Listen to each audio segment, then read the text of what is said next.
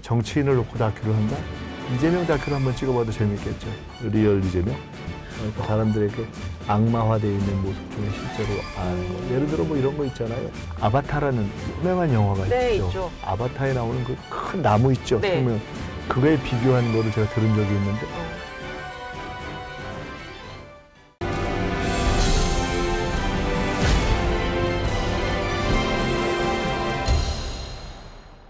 여러분 안녕하세요. 송정입니다. 나는 정치인이다. 이번 시간에는요. 민주당 정당대회에서 득표율 1위로 수석 최고위원에 당선되신 김민석 더불어민주당 의원 모셨습니다. 어서 오세요. 안녕하세요. 네. 아니 저희 이 스튜디오 쭉 보시니까 이 전직 다큐멘터리 감독으로서 좀 분위기 어떠세요? 아니에요. 아 현직. 아니 뭐 한 번 감독은 요거는 감독이죠. 아 그렇죠. 아니 제가 그 얘기도 들었어요. 그 외에 그 독거가족 노인영화제에서 수상하셨잖아요. 네네. 그거 하시면서도 이제 이후에도 조금 계속 이렇게 네. 그 감독 활동 하고 싶으시다 이런 말씀 하시기는 하시더라고요. 제가 제일 좋아하는 부캐라고 할까? 네. 또는 별칭이 김 감독이에요. 그리고 어. 실제로 제가 네.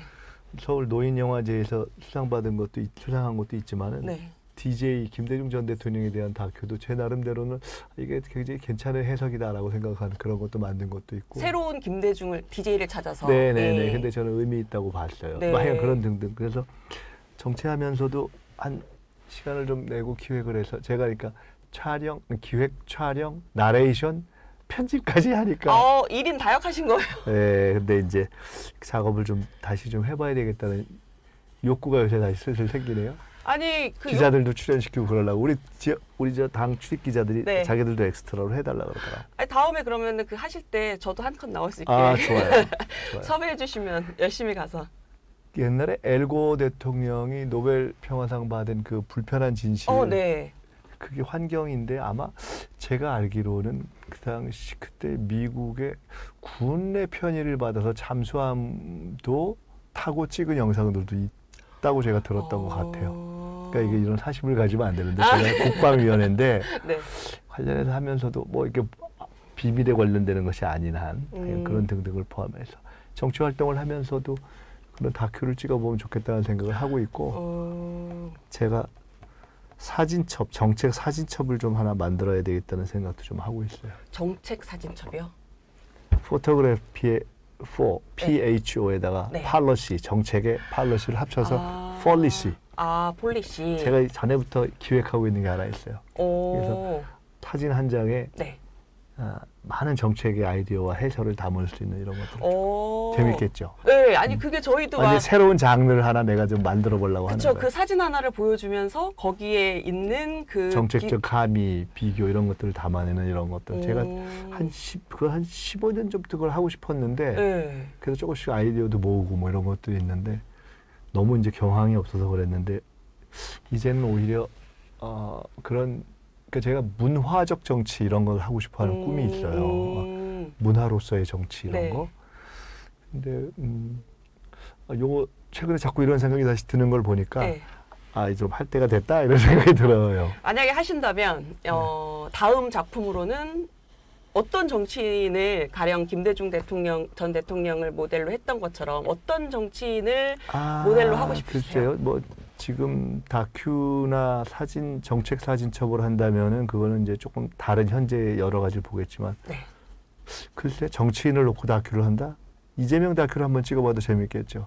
제가 가까이서 보는 제가 다큐를 기획하고 찍는다면 네네. 상당히 재밌겠죠. 그럼 얼핏 생각하는 이재명 대표를 대상으로 놓은 다큐라면 얼핏 생각하는 키워드 하나만 제시를 하신다면?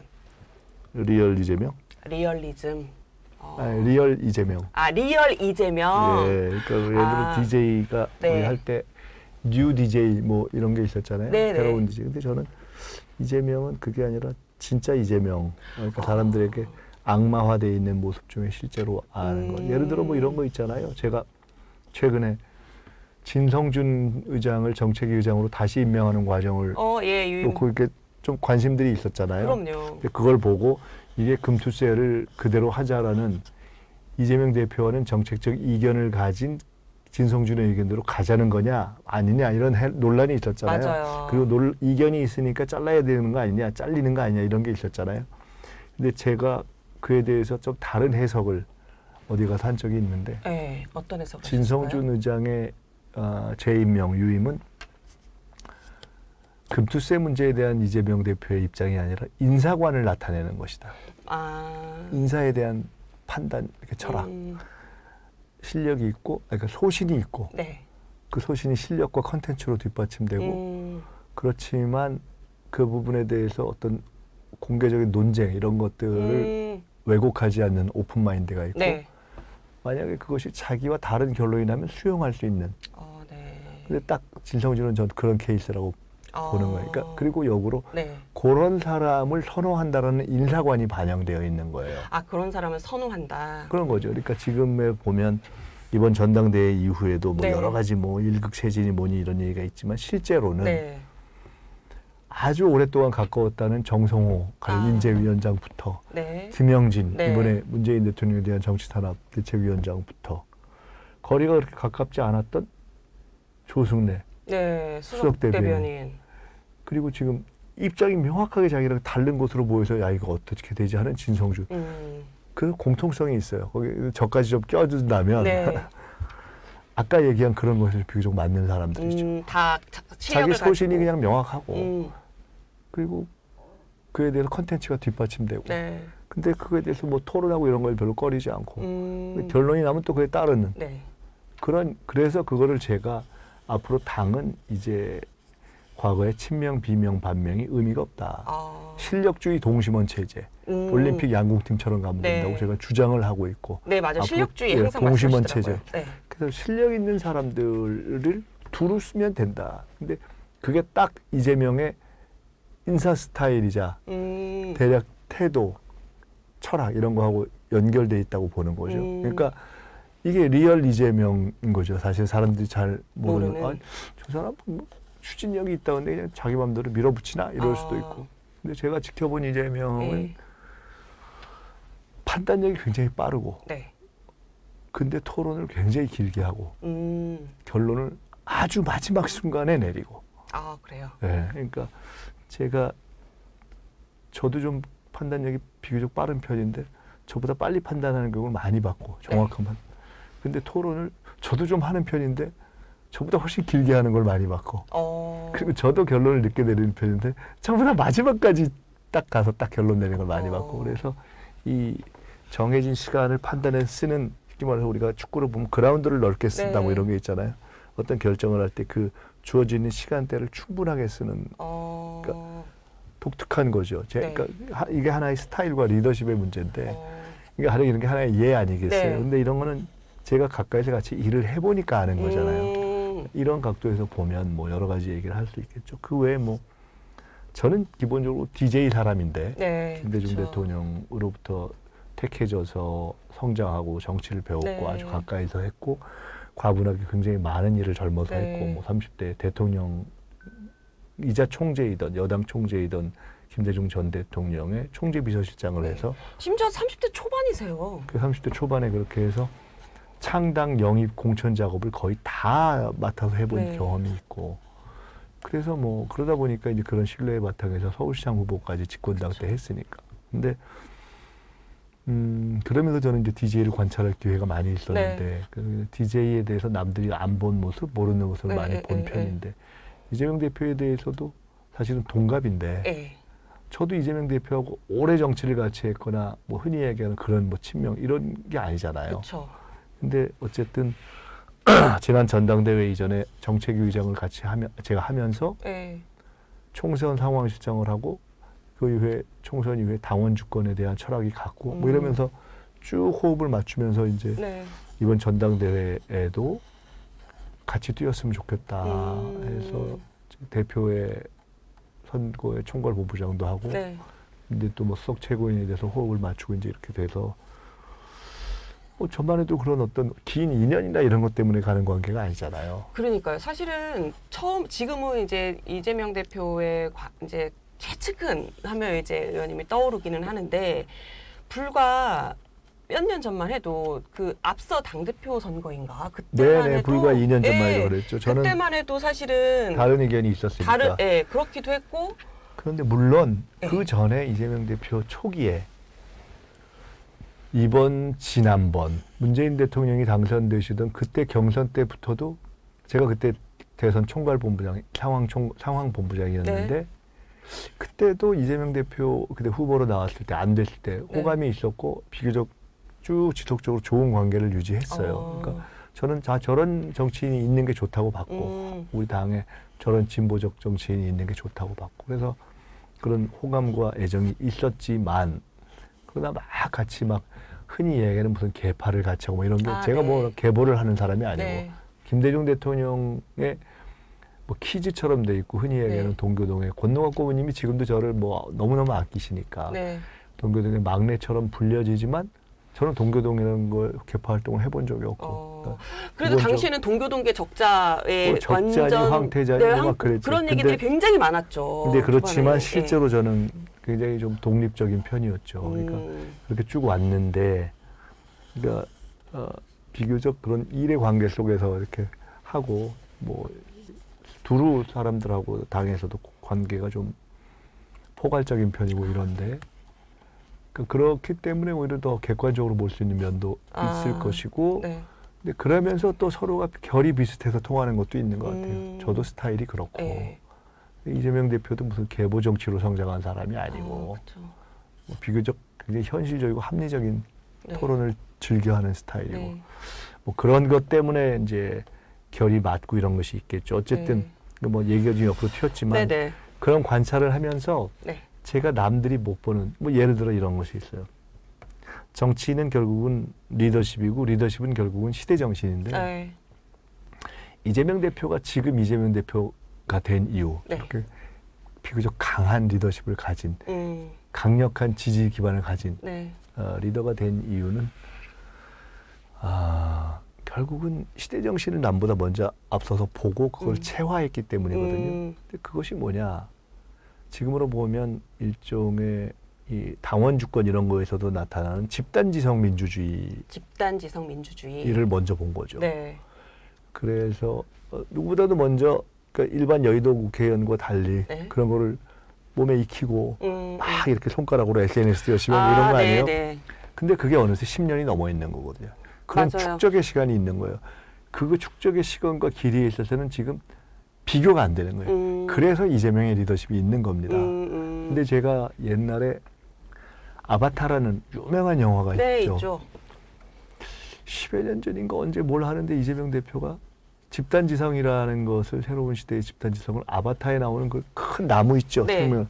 그거에 비교한 거를 제가 들은 적이 있는데 두고두고 그 생각을 하면서 참 걸출한 비유다라고 생각하는 거예요. 어떻게 각각의 생명체가 자기 생명 활동을 하는데 그 전체가 모여서 하나의 큰 생명을 이루고 그것 전체가 공동선을 형성하는 굉장히 저는 적절한 비유라고 뭐 그 생각을 많이 했어요. 네.